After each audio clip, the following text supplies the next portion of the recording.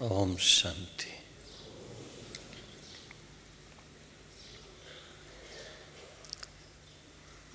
सर्वप्रथम आप सर्व बाबा के नैनों के नूरे रत्नों का, सर्व ब्राह्मण कुलभूषणों का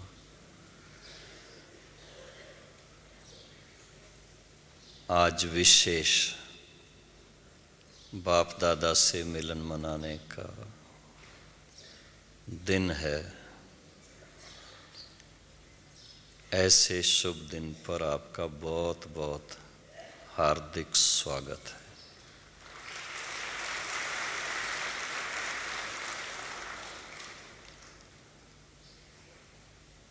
ब्राह्मण जीवन की विशेषताओं में मैं तो पहला यही देख रहा हूँ कि ऐसा मिलन मनाकर नए वर्ष की शुरुआत करने वाले कितने महान भाग्यशाली हैं।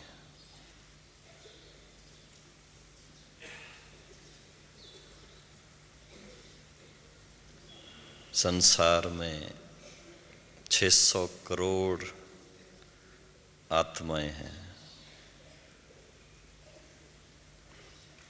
उनमें से गिने चुने 7-8 लाख ब्राह्मण भाई बहनें, उनमें से गिने चुने जो आज के दिन यहाँ उपस्थित हैं, बहुत थोड़े। तो आप पहले तो स्वयं को उस स्वरूप में देखें कि कितने महान महान भाग्यशाली आत्माएं हैं जिनका वर्ष का अंतिम दिन और नए वर्ष की शुरुआत ऐसे सुंदर श्रेष्ठ ईश्वरी मिलन से शुरू हो रही है।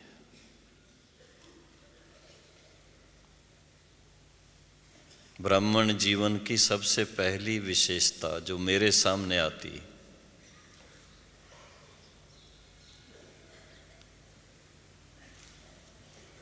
कि सारा संसार परमात्मा पिता को मानता है, लेकिन जानते कितने हैं? वो पिता कौन है, स्वरूप क्या है, उनके गुण क्या हैं, कर्तव्य क्या है, उनसे हमारा संबंध क्या है, उनकी श्रीमत क्या है, ऐसे जानने वाले, पहचानने वाले, संबंध जोड़ने वाले और संबंध से प्राप्ति करने वाले बहुत थोड़े, और उनमें भी बहुत थोड़े हैं जो यथार्थ रीति पहचान कर पूरा पूरा लाभ लेते हैं।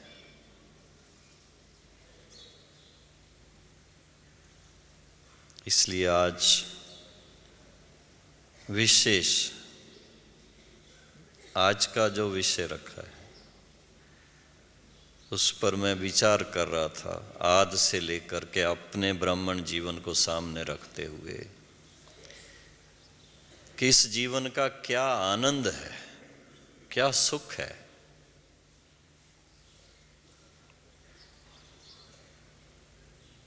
एक किताब छपी है शुरू में, हीरे तुल्य जीवन, आपने पढ़ी हो शायद। एक दूसरी किताब छपी, ब्राह्मण लाइफ, डायमंड लाइफ।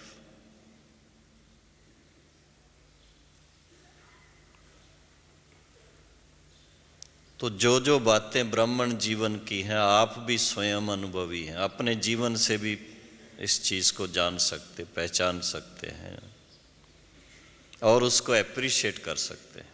कई बार ऐसा होता है कि कुछ बातों को हम लोग जानते हैं, पहचानते हैं, पर उसकी एप्रिसिएशन दिल में नहीं होती है। ब्राह्मण जीवन की सबसे पहली विशेषता जो मेरे ख्याल में आती है,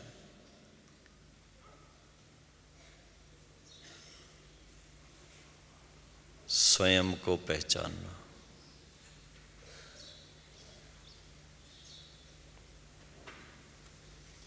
और यथार्थ रीति पहचानना, वर्तमान में भी पहचानना, भूतकाल में क्या थे, आदि काल में क्या थे और आगे क्या होंगे, और उसमें इस बात को सहज स्मृति में लाना कि सारे कल्प में इस समय मेरा जीवन जो है, जो बाबा कहता है ब्राह्मणों का जीवन हीरे तुल्य है, सचमुच प्रैक्टिकल में हीरे तुल्य है।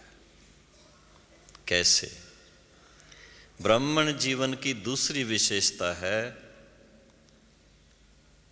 परम पिता परमात्मा को पहचान कर उनके संबंध में आना।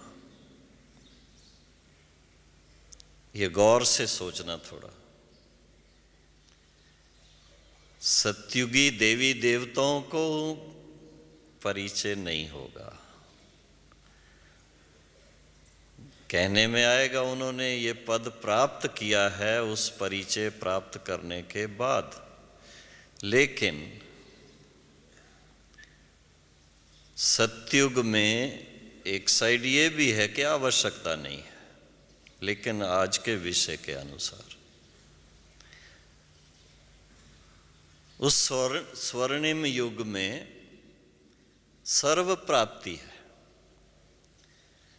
लेकिन जिससे मनुष्य अति इंद्रिय सुख का अनुभव प्राप्त करता है,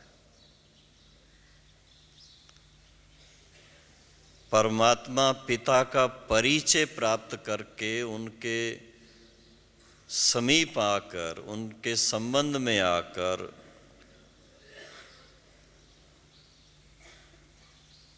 जो ईश्वर अनुभूति का आनंद है, उस सत्युगी देवताओं को भी नहीं है, त्रेता के क्षत्रिय घराने के जो भी हैं उनको भी नहीं है, द्वापर में खोज करते हैं लेकिन ये प्राप्ति नहीं है। कलयुग में तो आप सब अनुभवी हैं।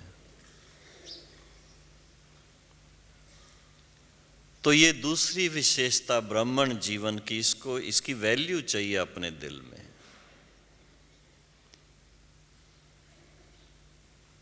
जिसको पाने के लिए, जिसको जानने के लिए ऋषि मुनि इतनी तपस्याएं करते रहे, इतना त्याग करते रहे, इतना कई राजाएं महाराजाओं की भी कहानी है, वो भी अपना सब कुछ छोड़ करके जंगल में गए, फिर भी उनको यथार्थ परिचय नहीं मिला। सिर्फ त्याग का उनको जरूर फल मिला। तो सोचिए आपने क्या ऐसा जीवन में श्रेष्ठ कर्म किया जिसके फलस्वरूप ऐसा भाग्य, परम भाग्य मैं तो कहता हूं, इसके ऊपर दूसरा भाग्य मुझे नजर नहीं आता है।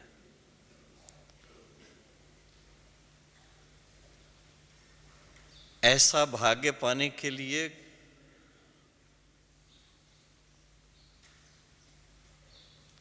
ना उम्र का, ना जेंडर का, ना सामाजिक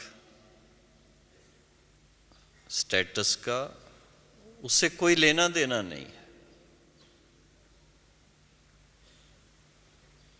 केवल एक ही बात, यथार्थ पहचान। पिता को यथार्थ रीति पहचान कर बाबा का बड़ा प्यारा शब्द है, दिल से ये निकले मेरा बाबा, इतनी सी बात है। यह है ब्राह्मण जीवन की विशेषता। अगर दिल से निकलता नहीं है मेरा बाबा, तो ब्राह्मण जीवन में जो सच्चा अतीन्द्रिय सुख का अनुभव है वो नहीं होने वाला। यह ब्राह्मण जीवन की दूसरी विशेषता, जो और जीवन में नहीं प्राप्त होती है। कितना भी कोई ग्रंथ पढ़ लेते हैं, चार धाम की यात्रा करते हैं, कुंभ मेले के टाइम पर त्रिवेणी संगम पर जाकर खूब डुबकी लगाते हैं, सब कुछ करते हैं, बाबा कहता उसका भी फल तो मिलता है उनको। जो जो जिस भावना से याद करता है उसकी भावना मैं पूर्ण करता हूं, मैं नहीं मिलता हूं। मैं जो हूं, जैसा हूं, मुझे जो यथार्थ रीति जानकर मेरे साथ योग युक्त होते हैं, वो ही मेरे अनन्य, भक्त नहीं कहा है, बच्चे कहा है। तो स्वयं को उस स्वरूप में देखें। विशेषताओं को जानना माना उस चीज की महसूसता करना, उसका आनंद लेना, उसका सुख मिलना चाहिए। अंदर ही अंदर वो ऐसा नशा चढ़ना चाहिए कि ब्राह्मण जीवन जैसा कोई दूसरा जीवन नहीं।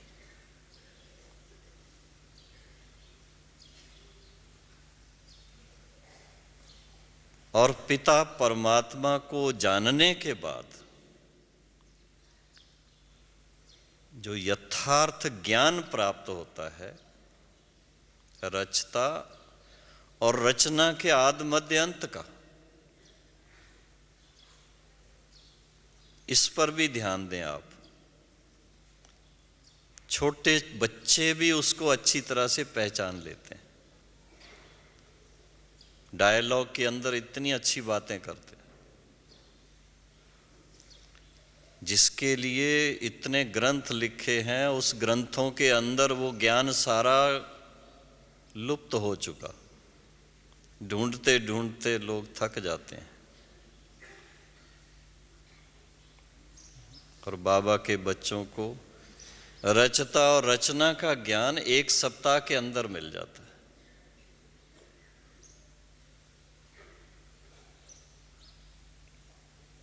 लेकिन एक सप्ताह पूरा नहीं होता है जब तक उस ज्ञान के अनुसार अपनी संपूर्ण स्थिति को नहीं पाते। इसलिए आप अपनी डेट थोड़ा याद करें, किस डेट से ज्ञान लेना शुरू किया। वो आज दिन तक सप्ताह पूरा नहीं होता है, फिर से शुरू हो जाता है। जब मुरली सुनते हैं, आज की मुरली जैसे पढ़ी सुनी, उस समय अंदर गुदगुदी होती है, इतनी खुशी होती है।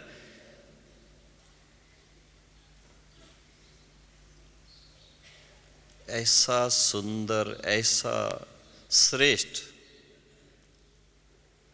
ऐसा उच्च ज्ञान हमें मिल रहा है, स्वप्न में भी नहीं होगा। इसकी एप्रिसिएशन दिल में हो, तब बाबा के महावाक्यों अनुसार सहज ये रियलाइजेशन होती है। सचमुच बाबा जो ज्ञान दे रहा है, एक एक ज्ञान रतन लाखों का है। किसी के पास करोड़ों हो, अरबों हो, उसको इतना अतीन्द्रिय सुख प्राप्त नहीं होगा जितना गरीब से गरीब साधारण ब्राह्मण बच्चों को होगा। लेकिन ब्राह्मण जीवन चाहिए। ब्राह्मण जीवन की धारणा की विशेषता, जब ज्ञान प्राप्त हुआ, यथार्थ रीति पहचाना कि ये समय कौन सा है, पुरुषोत्तम संगम युग, ऐसे समय पर मेरी दृष्टि क्या होनी चाहिए, मेरी वृत्ति क्या होनी चाहिए, मेरी कृति क्या होनी चाहिए, मेरी धारणा क्या होनी चाहिए, उस पर विचार चलता है। जब ये विचार चलता है तो सहज रीति बाबा की मुख्य शिक्षाओं को धारण करना एक स्वाभाविक जीवन बन जाता है। किसी भी ब्राह्मण के नैनों को देखो आप, किसी को भी देखो, और जो नहीं ब्राह्मण है उनकी तरफ देखो, क्या अंतर नजर आता है। जो मुस्कुराहट ब्राह्मणों के चेहरे पे होगी, स्वाभाविक होगी, जो चमक ब्राह्मणों के नैनों में होगी और स्वाभाविक होगी, वो आम दूसरे लोगों में नहीं होती है। किस चीज की निशानी है ये? हर एक ने ब्राह्मण जीवन को पहचानने के बाद उसकी मुख्य विशेषता को पहचान लिया। ब्राह्मण जीवन अर्थात पवित्र जीवन। जब कहते डायमंड जैसा जीवन है, सब धातुओं में, सब चीजों में सबसे मूल्यवान डायमंड को कहते हैं, और वो ताज का ऐसा स्थान लेता है जहां सबका ध्यान जाता है। मस्तक सबसे श्रेष्ठ स्थान है और मस्तक पर वो ताज आता है, और ताज में भी सबसे श्रेष्ठ स्थान एकदम सामने।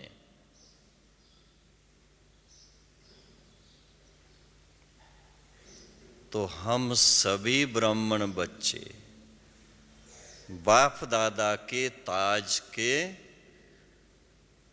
कोहे नूर हीरे समान है। ऐसा ब्राह्मणों का जीवन अमूल्य जीवन है, श्रेष्ठ जीवन है। कब?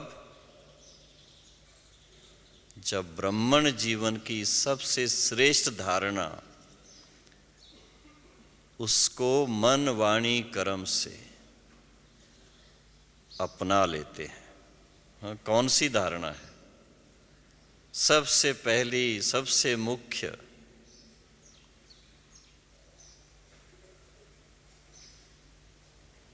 रहन सहन, खान पान,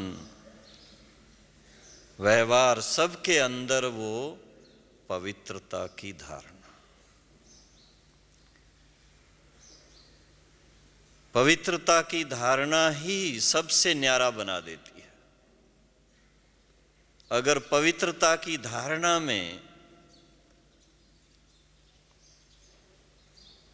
कुछ कमी है तो चेहरे पर भी रौनक की कमी रहेगी।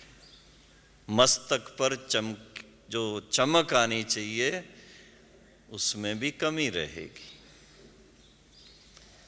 और जो हमेशा मन खुश रहे,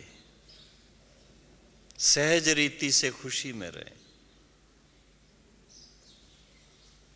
सदा आनंदित रहें, उसमें देखेंगे थोड़ी बहुत कमी आ जाती है। कारण कोई नई बात नहीं है। ज्ञान के अनुसार सब जानते हैं ये धारणा तो कल्प कल्प मैंने की हुई, अभी क्यों कमी हो रही है? ये जानते हैं अगर थोड़ी भी इसमें कमी रही तो इससे तो मेरे भविष्य पर असर होगा।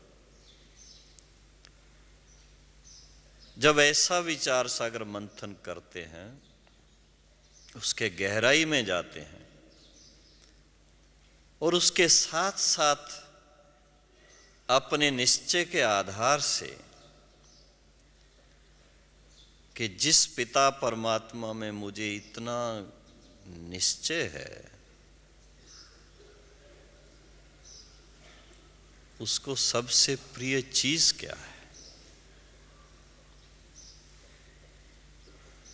सबसे प्रिय उनको है ही कि मेरे बच्चे मेरे समान पावन बन जाए। यह है सबसे प्रिय चीज बाबा को।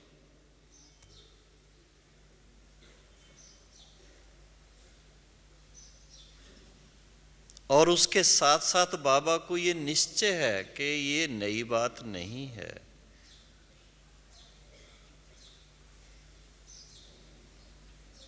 हर कल्प में यही बच्चे अपना हक प्राप्त करते हैं, यही बच्चे पावन बनते हैं, यही बच्चे पावन बन के बाप को प्रत्यक्ष करते हैं।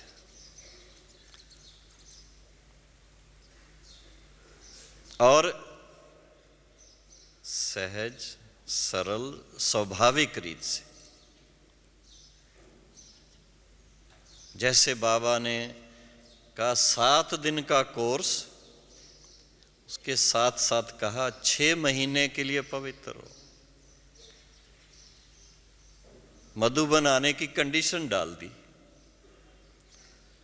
मधुबन में आना है तो कम से कम, जब शुरुआत हुई थी हम लोग आए आज से 46 साल पहले, उस समय था 6 महीने, इस समय शायद 1 साल है। वो क्यों ऐसा बाबा ने रखा? ये नहीं कि 6 महीने के बाद जाकर के फिर अपवित्र बन जाए, ऐसा नहीं है। लेकिन संस्कार फिर से अपना जागृत हो जाए, जो हमारा स्वाभाविक संस्कार अपवित्रता के धूल में दब चुका है, जो हीरा उसकी चमक खत्म हो गई है, फिर से चमकने लग जाए, फिर से उसका आनंद प्राप्त करने लग जाए। इसलिए इस बात पर बाबा ने बड़ा युक्ति से, शुरू में सुनते थे बाबा जो है ना बड़ा रांझू रम्सबाज है, ऐसी रम्ज रचता है जो मक्खन से बाल की तरह निकल जाए, तकलीफ ना हो। जिस बात के लिए सन्यास किया लोगों ने, जंगल में गए, वो आप घर गृहस्थ में रहते सहज रीति उसको अपना सकें, और उसको अपनाने से प्राप्ति क्या है? बहुत सुंदर बाबा के बहुत प्यारे प्यारे मीठे मीठे इंग्लिश के शब्द। बच्चे बाप से 21 जन्म के लिए संपूर्ण पवित्रता, सुख और शांति संपन्न, डबल सिरताज बनने का ईश्वरी जन्म सिद्ध अधिकार प्राप्त होता है। छोटी बात नहीं है, बहुत बड़ी बात है। लेकिन एक धारणा से क्या प्राप्ति है वो बाबा ने महसूस कराया कि इतनी छोटी सी बात को अपनाओ, जो आपका स्वाभाविक स्वरूप है। पवित्रता हमारा स्वधर्म है, शांति हमारा स्वधर्म है, प्रेम हमारा स्वधर्म है, अपने धर्म में निष्ठ हो जाए। धर्मनिष्ठ कर्मनिष्ठ हो जाए। इस चीज को जब अपनाएं तो सिर ऊंचा हो जाए। अगर इसको नहीं अपनाते तो 63 जन्म भक्ति में सिर नीचा ही रहा। बाबा बहुत प्यार से मिसाल देते थे, कन्या जब तक शादी नहीं करती तो उसकी सब पूजा करते हैं, देवी मानते हैं, पांव धोते हैं उनके।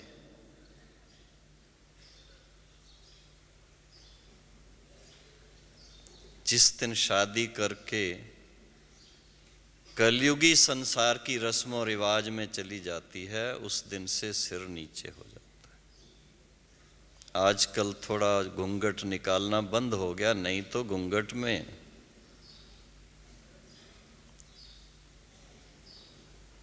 उसकी अगर गहराई में जाओ कई बातें हैं उसमें,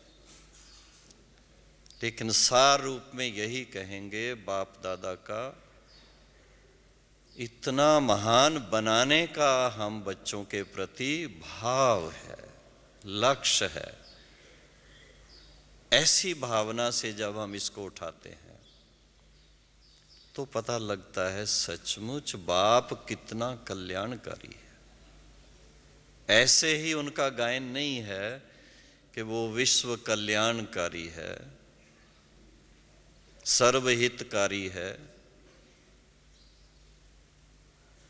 आज के युग में इतनी बीमारियां, उन सब का मूल कारण क्या है? रहन सहन, खान पान सब अशुद्ध हो चुका है, और उसके कारण विचार भी सबके अशुद्ध हो चुके हैं। जितने अशुद्ध विचार, मन उतना अशुद्ध। मन अशुद्ध होगा तो भारीपन होगा, भारीपन होगा तो चेहरे पर रौनक कहाँ से आएगी, खुशी कहाँ से आएगी?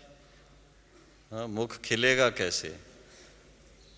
नैनों में वो नूर कहाँ से आएगा? नहीं आएगा।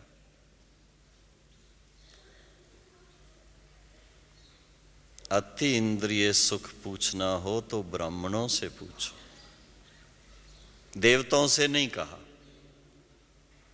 क्षत्रियों से नहीं कहा, वैश्य से नहीं कहा, शूद्रों से नहीं कहा।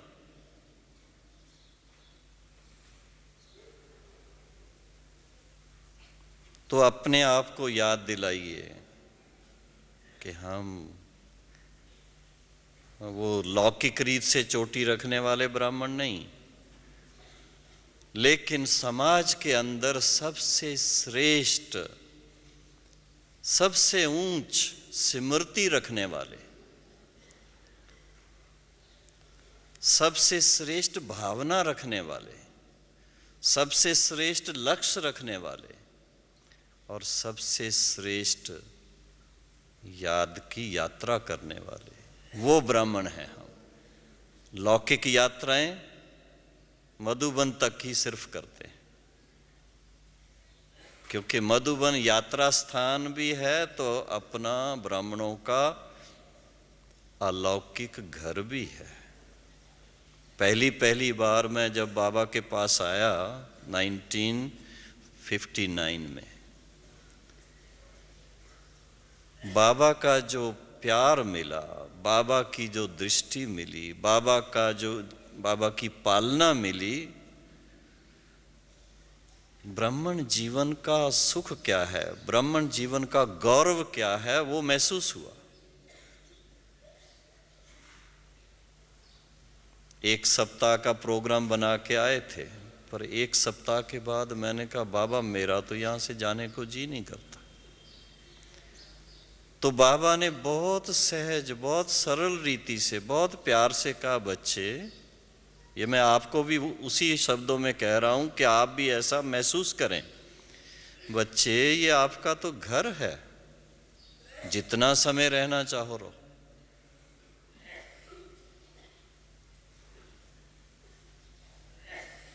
किसी यात्रा स्थान को घर नहीं कहा जाता है। आप कई यात्राएं कर चुके होंगे, हरिद्वार गए होंगे, इलाहाबाद गए होंगे, बनारस गए होंगे, अमरनाथ गए होंगे, सोमनाथ गए होंगे, कन्याकुमारी गए होंगे। वो घर नहीं है। सभी ब्राह्मणों का अगर इस स्थूल दुनिया में बाबा के अनुसार कहें तो सच्चा सच्चा घर है मधुबन। फिर कहेंगे लौकिक तो हमारा घर वहाँ है। हाँ, जज साहब कहेंगे मेरी तो ड्यूटी वहाँ पर है। बाबा कहते वो आपका सेवा का स्थान है, घर नहीं है। सेवा के लिए जाना है। अलौकिक घर में आकर के बैटरी चार्ज करनी है।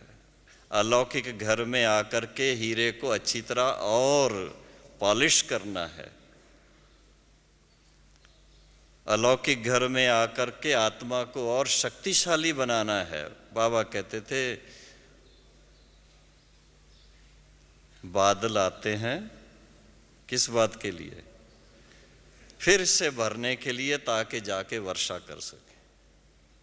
उसकी याद दिलाने बादल हो रखे हैं वैसे, पर आप चैतन बादल आके स्वयं में फिर से वो ज्ञान, योग, धारणा, उसकी शक्ति भर के ब्राह्मण जीवन का सबसे श्रेष्ठ ऑक्यूपेशन क्या है? ज्ञान सुनना और सुनाना, पवित्र बनना और बनाना, दिव्य गुण धारण करना और कराना, ईश्वरी याद में रहना और दूसरों को भी याद कराना।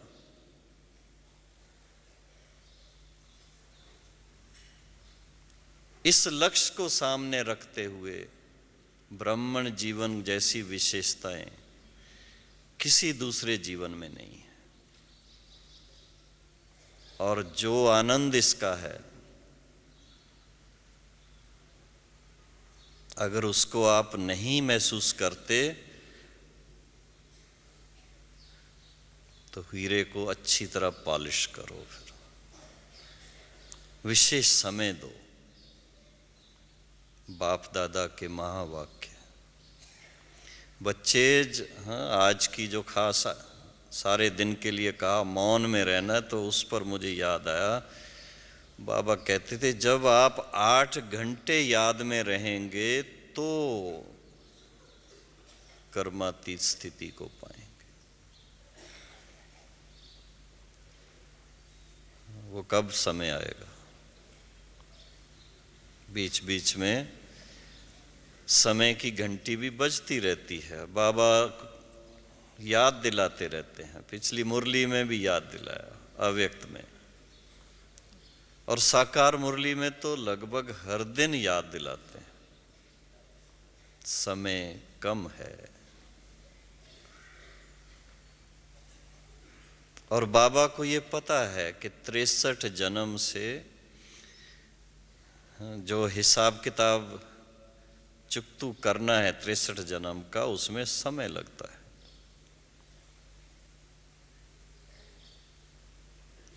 तो बाबा का कहना कि जब बच्चे 8 घंटे योग करेंगे तो कर्माती स्टेज को पाएंगे। लौकिक स्थानों पर बड़ा मुश्किल होता है 8 घंटे योग करना। इसलिए मधुबन में आकर के नाम ही रखा है यहाँ शांति वन। राज ऋषि बन करके अभ्यास करके देखो क्या आनंद आएगा। पता लगता है कर्मातीत स्टेज है क्या। शरीर से न्यारे हो करके बैठने में क्या आनंद है। और बाप के साथ योग युक्त होने में जो शक्तिशाली स्थिति बनती है, जो लाइट हाउस की स्थिति बनती है, माइट हाउस की स्थिति बनती है, विश्व के कल्याण के लिए जो ऐसा विश्व कल्याणकारी स्वरूप बनता है, उसका आनंद क्या है, वो आपको और कहीं चांस नहीं मिलेगा इतना। जब ऐसा संगठन होता है, इतने भाई बहने एक साथ जब बैठ के योग करते हैं, आप सोचिए, अर्थक्वेक हुई तो कहते हैं इतने 1000 एटम बम जितना उधर उसकी शक्ति थी। तो यहाँ बम की बात तो नहीं है, लेकिन जब इतने भाई बहन एक संकल्प से बैठते हैं, एक बाप की याद में बैठते हैं, सर्वशक्तिवान को अपना साथी बनाते हैं, तो आप सोचिए उस संग का रंग लगते क्या वायुमंडल बनता है, कितनी इसकी शक्ति है। स्थापना के लिए इस शक्ति की जरूरत है। जब उधर कुछ होता है तो हर एक के मन में आने लगता है विनाश आ गया। ब्राह्मण निमित्त हैं स्थापना के लिए। ब्राह्मणों की विशेषता क्या है? ब्राह्मण हैं ही नई सतयुगी दुनिया की स्थापना के निमित्त। इसलिए बाबा ने बड़े अच्छे टाइटल दिए हैं, बच्चे आप विश्व कल्याणकारी हो, विश्व सेवाधारी हो। तो ऐसे ही टाइटल नहीं दिए हैं, प्रैक्टिकल भी तो करना होगा ना।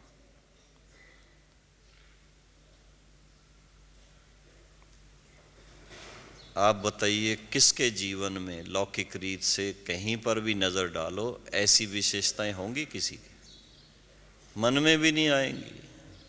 किसी से बात करो तो कहेंगे भाई ये छोड़ो, पहले ये तो कर ले।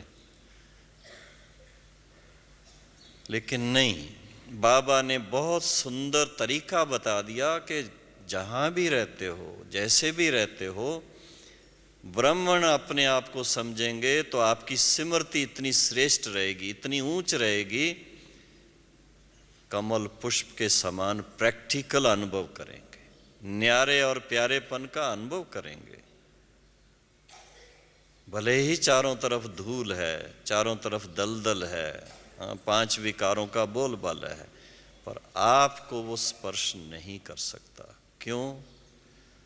सर्वशक्तिवान आपके साथ है। जिस समय अगर कोई माया का वार होता है तो आप उस समय थोड़ा साक्षी होकर के देखो क्या कारण है। एक ही कारण होता है, विस्मृति। ब्राह्मण जीवन अर्थात स्मृति स्वरूप। यह अपने आप को याद दिलाना पड़ता है बार बार। जिस समय भी कोई संकल्प विस्मृति का आने लगे, फिर से याद दिलाइए हम कौन हैं। अपनी विशेषता को सामने लाना पड़ता। बाबा ने हमें इस संसार के लिए लाइट हाउस बनाया है, अंधेरे में जाने के लिए नहीं है, अंधेरा करने के लिए नहीं है। जब ऐसा थोड़ा सा अटेंशन रहता है, और इसके साथ साथ बाबा बार बार कह रहे हैं समय को पहचानो, समय की घंटी बज रही है। उसको पहचानने में कितना समय चाहिए? और इसलिए अपना आजकल कंप्यूटर का बड़ा जोर है, कंप्यूटर की प्रोग्रामिंग कर दीजिए अभी कि नाउ और नेवर। दूसरों को हम संदेश देते हैं, अब नहीं तो कब नहीं। क्या नहीं? किसके लिए? अपने लिए नहीं है। दूसरों को कहेंगे बाबा से वर्षा लेना, अब नहीं तो कब नहीं। और खुद का चार्ट लिख करके देखो, जितनी कमियां उसमें नजर आती हैं उसको कब निकालना है फिर। तो ब्राह्मणों को वास्तव में अपने आप के साथ बहुत सिंसियर होना चाहिए। और बहुत स्ट्रिक्ट होना चाहिए कि अब नहीं तो कब नहीं। पहले सुनते थे, गया वक्त फिर हाथ आता नहीं, कविता थी एक, उसमें भी सबसे ज्यादा इस बात का असर ब्राह्मणों के लिए है। बाबा कहता है ये एक एक सेकंड संगम युग का फिर दोबारा वापस नहीं आने वाला है, और जो इस कल्प में आप करेंगे कल्प कल्प रिपीट होने वाला है। उल्टा ना उठाएं इस बात को कि कल्प पहले जो हुआ था वही होने वाला है, हम क्या करें इसमें। नहीं, बाबा ने कहा नहीं, अभी पहले आप सोचो, अब जो करेंगे वो कल्प कल्प रिपीट होगा। वर्षा पाने के ख्याल से तो हम कहते हैं बाबा से कल्प कल्प वर्षा पाते हैं। वर्षे में भी जो ऊंच पद पाना है, श्रेष्ठ पद पाना है, उसके लिए भी इतना ही उत्सुक होना जरूरी है। और उत्सुक होने के लिए करना भी क्या है। बाबा के बड़े मीठे शब्द ऐसे हैं, स्मृति का स्विच ऑन रखो, ऑफ मत करो। सुनते सुनते नींद आ जाती है। योग करते करते इतना मीठा अनुभव होने लगता है, नींद आ जाती है। उस समय बाबा कहते ये कोई आपकी कमाई नहीं हो रही है। कभी कभी कहते हैं हम लेटे लेटे नींद में भी बाबा को याद करते हैं। बाबा कहता ना, बिल्कुल नहीं, रॉन्ग। जब आपको खुद फील हो कि सचमुच अंदर में स्मृति मेरी और कहीं नहीं गई, वो जागृति स्टेज में ही होगा। कई लोग कहते हैं भाई निद्रा योग भी तो कहते हैं ना, वो निद्रा योग योग नहीं है। तो ब्राह्मण जीवन अर्थात सुजाग जीवन, माया के प्रभाव से निद्रा नहीं करनी है, बस स्विच ऑन रखना है। और साथ साथ ये सर्च लाइट देने का काम करना है, इसको नहीं भूलना है दिन प्रतिदिन। हाँ, अभी तो बाबा कहता है ये छोटी छोटी थोड़ी थोड़ी, इसको छोटी ही कहते हैं, ये तो अभी रिहर्सल है।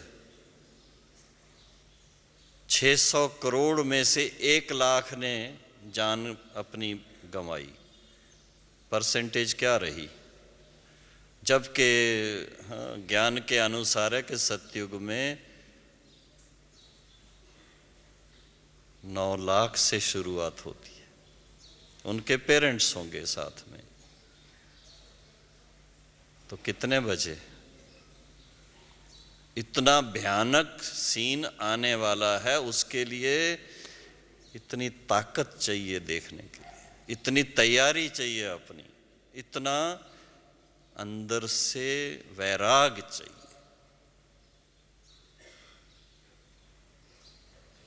सर्वशक्तिवान बाप की संतान होने के नाते मास्टर सर्वशक्तिवान की स्थिति का बहुत समय का अभ्यास लास्ट में आपको काम आनेगा। यह है ब्राह्मण जीवन की विशेष बात। अगर इसको अभी नहीं ध्यान देंगे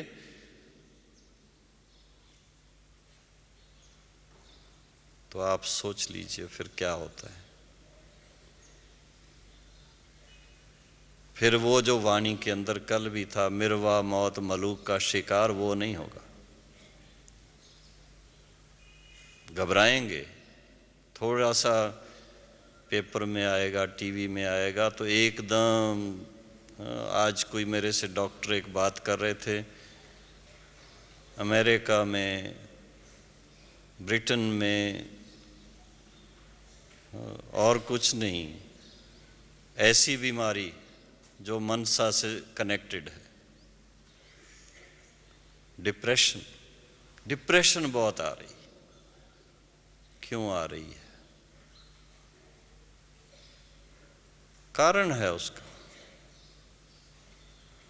जैसा कर्म करते हैं वैसा फल मिलता है, मिलने वाला है।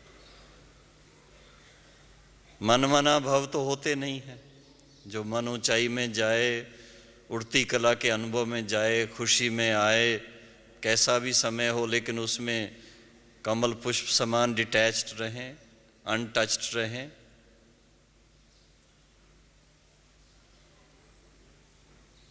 अटैचमेंट्स, और साथ साथ ये मेरा है, ये धन मेरा है।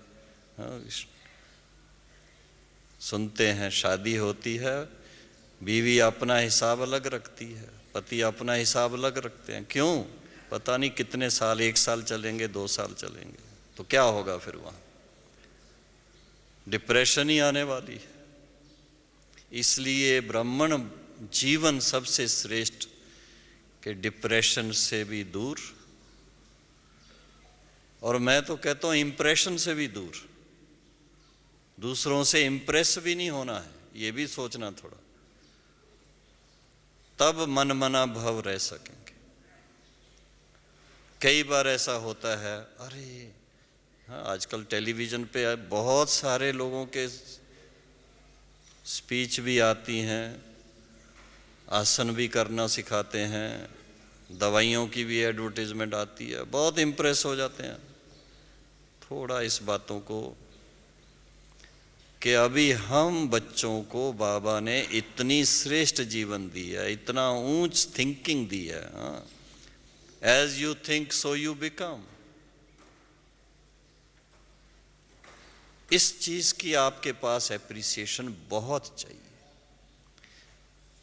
और इस ब्राह्मण जीवन की एप्रिसिएशन चाहिए कि ये कल्प कल्प का, अगर अभी इसका आनंद नहीं लिया तो कल्प कल्प गंवा देंगे आप।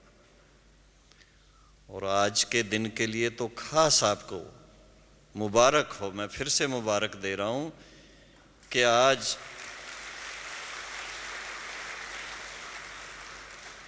किसी के जीवन में कोई बहुत श्रेष्ठ प्राप्ति होती है तो कहते पता नहीं मेरा किस जन्म का ये पुण्य का फल है जो आज ये मुझे प्राप्ति हुई। तो आप सोचिए बहनों और भाइयों, कितना आपने जरूर पुण्य कमाया हुआ है जो भगवान से सन्मुख मिलने का टाइम मिलता है आपको। इससे बढ़ के और कुछ नहीं, मैं तो मानता हूं।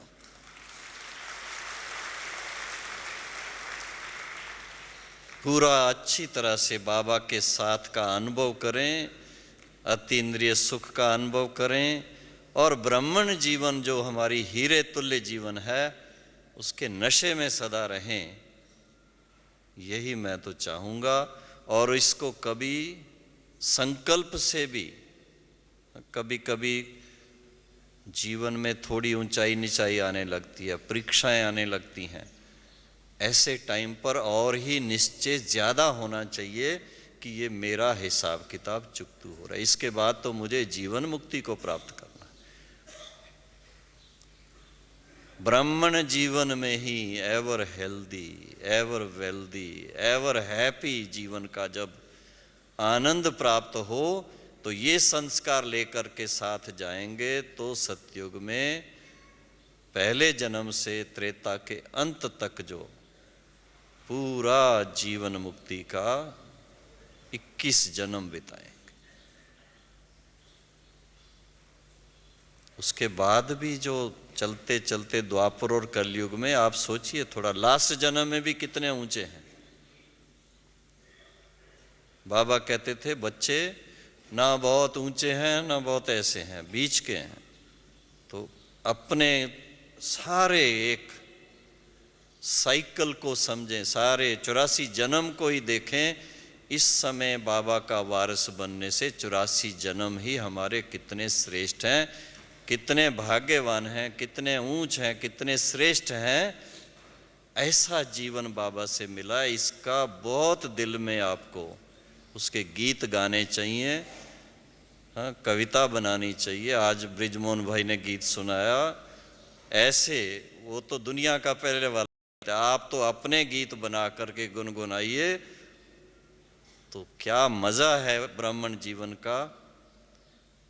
बहुत बहुत सुख मिलता है। एक सेकंड भी ऐसा नहीं आना चाहिए जब आपके चेहरे पर रौनक ना हो।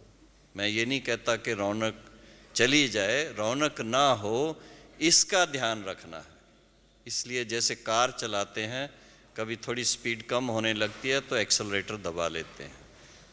बीच बीच में ये ध्यान रखिए।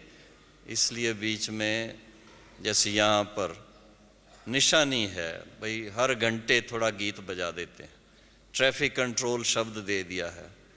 वास्तव में ट्रैफिक कंट्रोल नहीं चाहिए, बल्कि एकदम ऊंचाई में रहने के लिए, उड़ती कला में रहने के लिए ये बीच बीच में थोड़ा सा ध्यान खिंचवाया हुआ है। तो आज से ये पक्का करना, क्योंकि नया वर्ष शुरू होता है तो उसके लिए क्या संकल्प लेके जाएंगे। तो नए वर्ष में सदा उड़ती कला के अनुभव में रहना है, ये संकल्प लेकर के जाना है। ये है ब्राह्मण जीवन की विशेषताएं। ओम शांति।